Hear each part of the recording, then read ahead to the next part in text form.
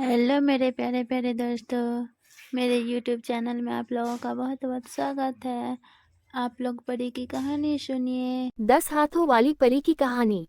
बहुत समय पहले एक जादुई राज्य था जिसका नाम था जादूगर। इस राज्य में जादू और रहस्य हर कोने में बसे हुए थे। इस राज्य की सबसे अद्भुत बात थी वहां रहने वाली एक परी, जिसे लोग 10 हाथों वाली परी के नाम से जानते थे। परी का जन्म। ये परी किसी साधारण परी जैसी नहीं थी। उसका जन्म एक अद्भुत घटना के दौरान हुआ था। जादूगर के राजा और रानी ने वर्षों तक संतान के लिए तप किया था। एक दिन एक रहस्यमय साधु ने उन्हें वरदान दिया कि उनकी संतान विशेष होगी और पूरे राज्य की रक्षा करेगी। जब परी का जन्म हुआ तो सबने देखा कि उसके 10 हाथ थे। पहले तो राजा रानी हैरान हुए, लेकिन साधु ने कहा, ये बच्ची ईश्वर का वरदान है। इसके 10 हाथ इसकी शक्ति और जिम्मेदारियों का प्रतीक हैं। ये केवल जादूगर ही नहीं, बल्कि पूरी दुनिया की भलाई के लिए जन्मी है।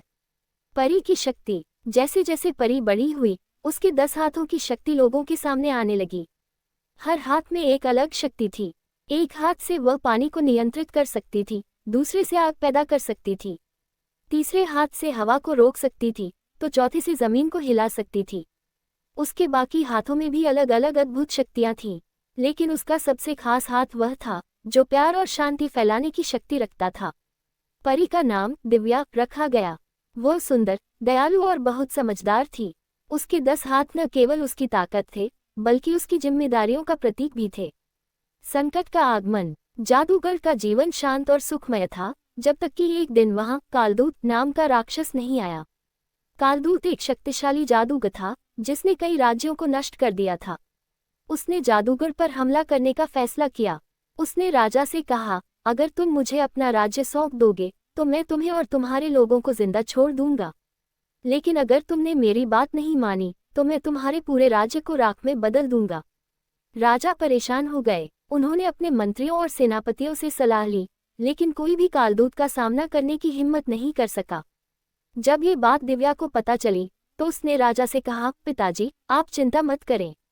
मैं कालदूत से लड़ने के लिए तैयार हूँ। यह मेरा कर्तव्य है। परी की तैयारी। दिव्या ने अपनी शक्तियों को और मजबूत करने के लिए अपनी गुरु महादेवी से आशीर्वाद लिया। महादेवी ने उसे समझाया कि उसकी सबसे बड़ी ताकत उसका धैर्य और विश्वास है। उन्होंने उसे एक जादुई माला दी, जो उसकी शक्तियों को कई गुना बढ़ा देती थी। दिव्या ने अपने 10 हाथों की शक्तियों को संतुलित करना सीखा और युद्ध के लिए तैयार हो गई। युद्ध की शुरुआत। जब कालदूत ने जादूगर पर हमला किया तो दिव्या ने अपने 10 हाथों का प्रयोग करके उसकी सेना को रोक दिया। उसने अपने पहले हाथ से आग की दीवार खड़ी की, जिससे दुश्मन की सेना पीछे हट गई। दूसरे हाथ से उसने हवा का ऐसा तूफान बनाया कि राक्षसों के हथियार दूर फेंक दिए गए।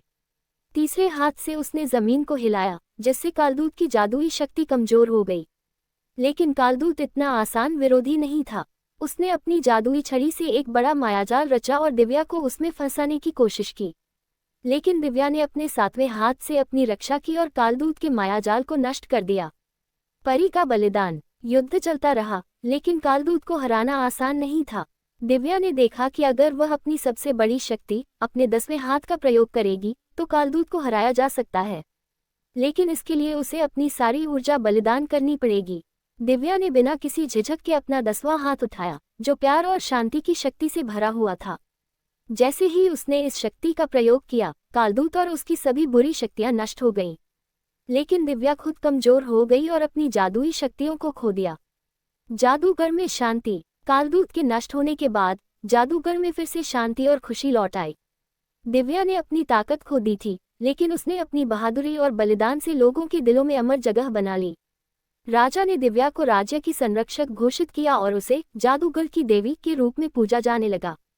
दिव्या के 10 हाथों की कहानी आने वाली पीढ़ियों को ये सिखाती रही कि शक्ति का सही उपयोग करना और दूसरों के लिए त्याग करना ही सच्चा कर्तव्य है। निष्कर्ष। 10 हाथों वाली परी की यह कहानी हमें ये संदेश देती है कि जीवन में जिम्मेदारियों को समझना और निस्वार्थ भाव से दूसरों की मदद करना सबसे बड़ी ताकत है। दिव्या की तरह हमें भी अपने गुणों और क्षमताओं का उपयोग दूसरों की भलाई के लिए करना चाहिए। कहानी अच्छी लगे तो प्लीज़ वीडियो को लाइक और शेयर कर दीजिएगा, चैनल को सब्सक्राइब